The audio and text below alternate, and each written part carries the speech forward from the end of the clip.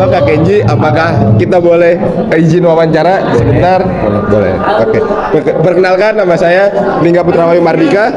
Saya Syifa Sahla. Dan nama saya Kenzi Prasetya.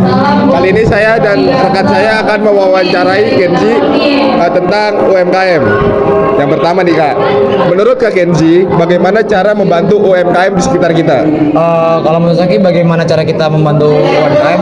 Kalau misalnya mungkin ada tetangga kita jualan, mungkin dia bisa membuka peluang kayak lapangan kerja gitu bagi teman tetangga sekitarnya, jadi bisa membantu gitu. Udah? Ya. Yang kedua, kalau misalnya Kak Kenzi mempunyai UMKM, gimana cara agar rame dan berkualitas? Gimana cara kita tuh buat tingkatin daya tarik orang itu bagaimana? Karena yang bikin orang itu tuh gimana cara kita tuh orang tuh tertarik sama apa yang kita jual gitu. Jadi itu bisa meningkatkan UMKM itu. Pertanyaan selanjutnya, bagaimana cara mengkritik UMKM tanpa membuat yang punya tersinggung menurut Kak Kenzi? Boleh ulang pertanyaannya? Bagaimana cara mengkritik UMKM tanpa membuat yang punya tersinggung? Kalau bagaimana kayak itu UMKM-nya itu tergantung dari penjualannya, mungkin dia sedikit atau tidak. Karena kalau misalnya UMKM-nya itu ya misalnya dia jualan nih, tapi itu yang jual belinya tuh sedikit, itu termasuknya bisa dibilang tuh kayak sindiran gitu. Itu udah termasuk sindiran dan berupa tindakan gitu. Apakah Kenzi sering jajan di kantin? Sering banget sih, karena kan kayak namanya murid sekolah pasti ada yang namanya keluar kelas lah, karena nggak mungkin di kelas 10 kan suntuk, jenuh gitu lah. Menurut Kak Kenzi, apa aja yang harus dikritik sama kantin 41? Yang pertama itu mungkin dari apa ya, kayak goreng-gorengan mungkin tuh harus ditutup, ya kan, nggak boleh terbuka. Dan kalau bisa mungkin gelasnya itu selalu dibersihkan, jangan sampai gelasnya itu sekali pakai ya kan terus nggak dicuci kan, mungkin sebukanya itu nggak ada ya, karena kan kita kan bisa dibilang berkualitas dan higienis kayak begitu. Oke, cukup sekian wawancara kita tentang UMKM. Terima kasih Kak Kenji udah mau diwawancarai. Oke, dadah.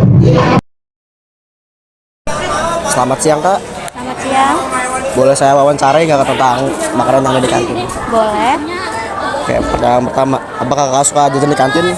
Iya, setiap jam istirahat kakak suka membeli makanan dari kantin. Kenapa Kakak lebih memilih beli makanan di kantin daripada bawa sendiri? Karena makanan di kantin lebih terjangkau daripada di koperasi, dan saya juga males harus menyiapkan bekal. Apa Kakak nggak khawatir makanan di kantin kita itu nggak bersih Kak?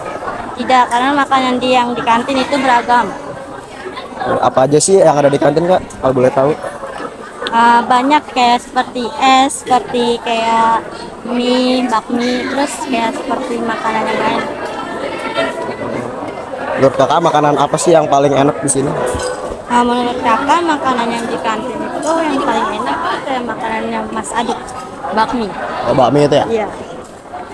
Makasih ya Kak. Iya, sama-sama. Assalamualaikum warahmatullahi wabarakatuh. Waalaikumsalam warahmatullahi wabarakatuh. Selamat pagi anak-anak hebat. Ini siapa? Netvia. Aku Lutfia. Lutfia. Yang kameramen? Sipa. Ada yang bisa dibantu? Jadi hari ini kita berdua mau wawancarain ibu terkait tugas kelima kita, itu judulnya UMKM. UMKM, baik. Mau ngambil contoh dari mana UMKM-nya ini yang ada di hari ini yang akan dikerjakan? Jadi sekitar sekolah kayak misalkan kantin. Oh, kantin, baik. Ya. Oke. Nah, ibu kalau lapar itu tipikal orang yang milih-milih makanan atau yang di depan mata aja? Oh, ibu yang milih-milih makanan. Oh, Sesuai dengan pagi.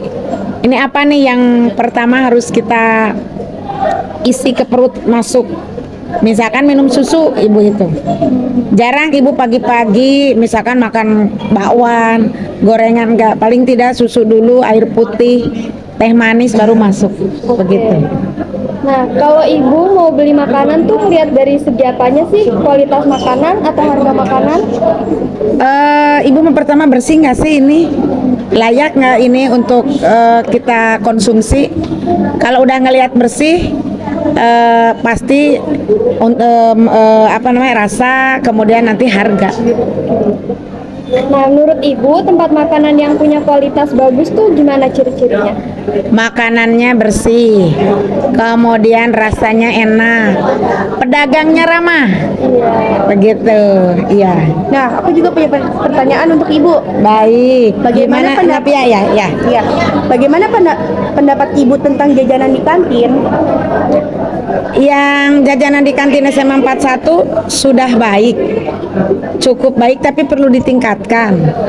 Satu, mungkin akan lebih elok, menarik ketika petugas kantin ini memakai seragam sama. Kemudian tidak ada yang pakai sandal jepit, gitu ya. Pakai minimal sepatu sama. Lalu dari jenis makanannya ada yang masih kurang ini. Minumannya itu tambahkan kalau boleh ada jus alpukat yang langsung di blender di situ. Kemudian jus tomat, lebih segar sepertinya. Itu hanya masukan aja dari Ibu begitu. Nah, menurut Ibu, gimana cara memajukan kewirausahaan UMKM di sekitar kita? Ya itu tadi rasanya. Satu, si pedagang itu tampil diri ramah. Kemudian ini makanannya mengandung gizi. Kemudian selera, tempatnya juga hygiene. Otomatis ini dengan 700 siswa akan berbondong-bondong menuju ke kantin. Begitu.